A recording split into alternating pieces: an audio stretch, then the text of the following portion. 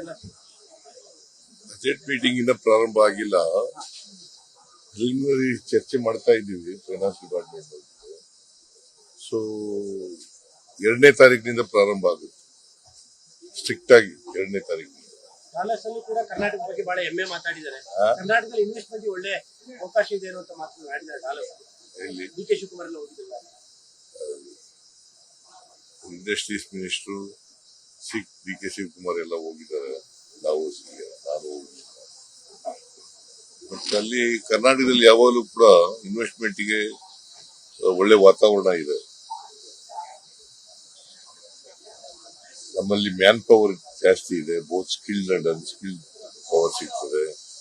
ಈಗ ಸ್ಕಿಲ್ ಆಗಿ skill training ಎಲ್ಲ ಮಾಡ್ಕೊಡ್ತಾ ಇದ್ದೀವಿ.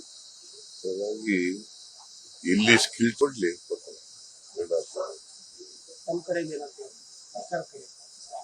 ಇದೆ. ಅವ್ರು ಕೊಟ್ಟಿದ್ದಾರೆ, ವರದಿ ತಿಳಿಸಿದ್ದಾರೆ ಅಷ್ಟೇ, ಏನ್ ನಡೀತು ಅಂತ ತಿಳಿಸಿದ್ದಾರೆ. ಬಟ್ ರಾಜ್ಯಪಾಲರು ಈಗ 176 of the Indian Constitution, 163 of the Indian Constitution says shall address ಅಂತ ಪದ ಉಪಯೋಗಿಸಿದರು. ಅದರಿಂದ ಅವರು ಮಾಡಬೇಕಾಗಿತ್ತು. ನಾಳೆನೂ ಕೂಡ ಭಾಷಣ ಮಾಡಬೇಕಾಗಿತ್ತು. ನಾಳೆನೂ ಕೂಡ ತಾವು ಬರ್ಕೊಟ್ಟ ಭಾಷಣ ನಾಳೆ ಬರ್ಕೊಡ್ತೀವಿ ನಾವು. ಬಟ್ ಅವರು ಭಾಷಣ ಮಾಡೋದು ಇದರಲ್ಲಿ ನಾವು ಏನ್ ಬರ್ಕೊಡ್ತೀವಿ ಅದನ್ನ ಮಾಡ್ಲೇಬೇಕು. ಜಂಟಿ ಅಧಿವೇಶನ ಮಾಡುವಾಗ ನಾವು ಸರ್ಕಾರ ಏನ್ ಬರ್ಕೊಡ್ತೀವಿ ಅದನ್ನ ಮಾಡ್ಲೇಬೇಕು. ಡಿಸ್ಕ್ರಿಷನ್ ಇಲ್ಲ ಅಲ್ಲಿ. ನಾಳೆದು ಕೂಡ ತಾವು ಬರ್ಕೊಟ್ಟಿದ್ದೇವೆ. ನಾವು ಬರ್ಕೊಡ್ತೀವಿ, ಬಟ್ ಅವರು ಚೇಂಜ್ ಮಾಡ್ಕೊಳ್ಳೋಕೆ ಸಾಧ್ಯತೆ ಇರ್ತದೆ. ಇವತ್ತಿನ ಪರಿಸ್ಥಿತಿ ಚೇಂಜ್ ಮಾಡ್ಕೊಳ್ಳೋ ಸಾಧ್ಯತೆ ಇದೆಯಾ ಗೊತ್ತಿಲ್ಲ.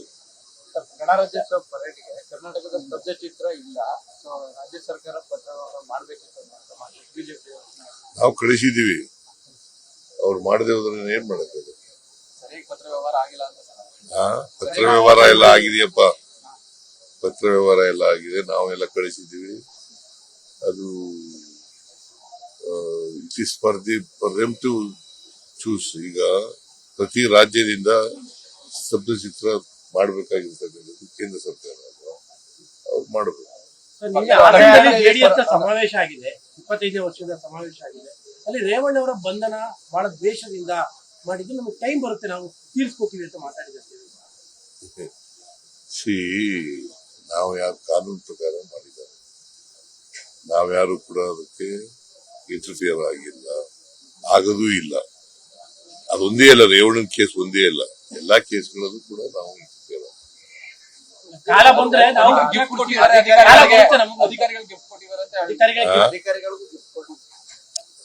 ಸುಳ್ಳ್ರಿ, ಅಧಿಕಾರಿಗಳಿಗೆ ಯಾರು ಗಿಫ್ಟ್ ಕೊಡಕ್ ಹೋಗ್ತಾರೆ? ಸರ್ಕಾರ ಇಲಾಖೆಯಿಂದ ಬಹುಮಾನ ಘೋಷಣೆ ಆಗಿದೆ, ಅದೇನ ಮಾಡಿಲ್ಲ. ಅಲ್ಲ ಟೈಮ್ ಬರುತ್ತೆ ನಮಗೂ ಕೂಡ ಅಂತ ದೇವೇಗೌಡರು, ನಮಗೂ ಟೈಮ್ ಬರುತ್ತೆ ತೀರಿಸ್ಕೊಳಕ್ಕೆ ಅಂತ. ಈಗ ಕಾನೂನು ಪ್ರಕಾರ ಮಾಡಿರ್ತಾರೆ, ಅವರು ಕಾನೂನು ಪ್ರಕಾರ ಮಾಡ್ಲಿ. ಅವ್ರ ಕಾಲದಲ್ಲಿ ಅವ್ರಿಗೆ ಅಧಿಕಾರ ಬರಲ್ಲ, ವೇಳೆ ಬಂದ್ರೆ ಅಧಿಕಾರ ಅವರು ಐ ಡೋಂಟ್ ನೋ ಯಾವ ಅರ್ಥದಲ್ಲಿ ಹೇಳ್ತಾರೆ ಗೊತ್ತಿಲ್ಲ ನನಗೆ. ಅವ್ರಿಗೆ ಹೆಂಗೆ ಅಧಿಕಾರ ಬರ್ತದೆ? 17 ಗೆದ್ದಿರೋರಿಗೆ ಹೆಂಗೆ ಅಧಿಕಾರ ಬರ್ತದೆ? ಆಯ್ತಪ್ಪ, ಬಾಯಿನಲ್ಲಿ ಹೇಳಿದ್ರು ರಾಜಕೀಯ ಭಾಷಣ ಮಾಡುವ ತಕ್ಷಣ ಆಗುತ್ತ. ಅವರು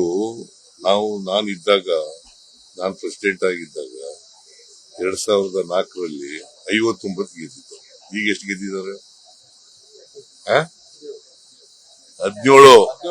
ಬಟ್ ಅವರಿಗೆ ಬಿಜೆಪಿ ಜೊತೆ ಕಾನ್ಫಿಡೆನ್ಸ್ ಇದೆ. ಬಿಜೆಪಿ ಅವ್ರು ಜಾಸ್ತಿ ಗೆದ್ರೆ ಸ್ವಲ್ಪ ಬಿಟ್ಬಿಡ್ತಾರೆ, ಇವ್ರಿಗೆ ಚೀಫ್ ಮಿನಿಸ್ಟರ್ ಆಗುತ್ತೆ. ಫಸ್ಟ್ ಆಫ್ ಆಲ್ ಬರದೇ ಇಲ್ಲ ಅವರು,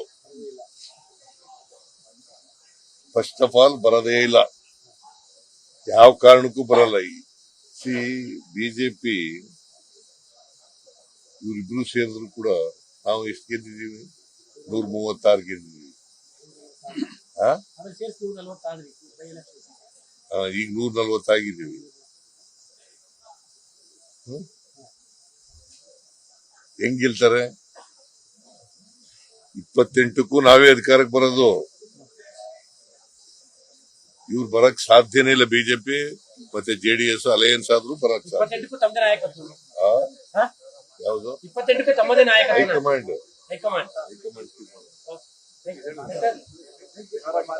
ನಿರ್ಭೀತ, ನಿಷ್ಪಕ್ಷಪಾತ, ವಿಶ್ವಾಸಾರ್ಹ ಸುದ್ದಿಗಳಿಗೆ ಮತ್ತೊಂದು ಹೆಸರಾಗಿರುವ ನ್ಯೂಸ್ 18 ಕನ್ನಡ ಈಗ ಆಪ್ನಲ್ಲೂ ಲಭ್ಯವಿದೆ. ದಯವಿಟ್ಟು ಇಲ್ಲಿರುವ QR ಕೋಡ್ ಸ್ಕ್ಯಾನ್ ಮಾಡಿಕೊಂಡು ಆಪ್ ಡೌನ್ಲೋಡ್ ಮಾಡೋದಕ್ಕೆ ಮರಿಬೇಡಿ. ನಿಮ್ಮ ಬೆಂಬಲ ಹೀಗೆ ಸದಾ ನಮ್ಮೊಂದಿಗಿರಲಿ. ಧನ್ಯವಾದ.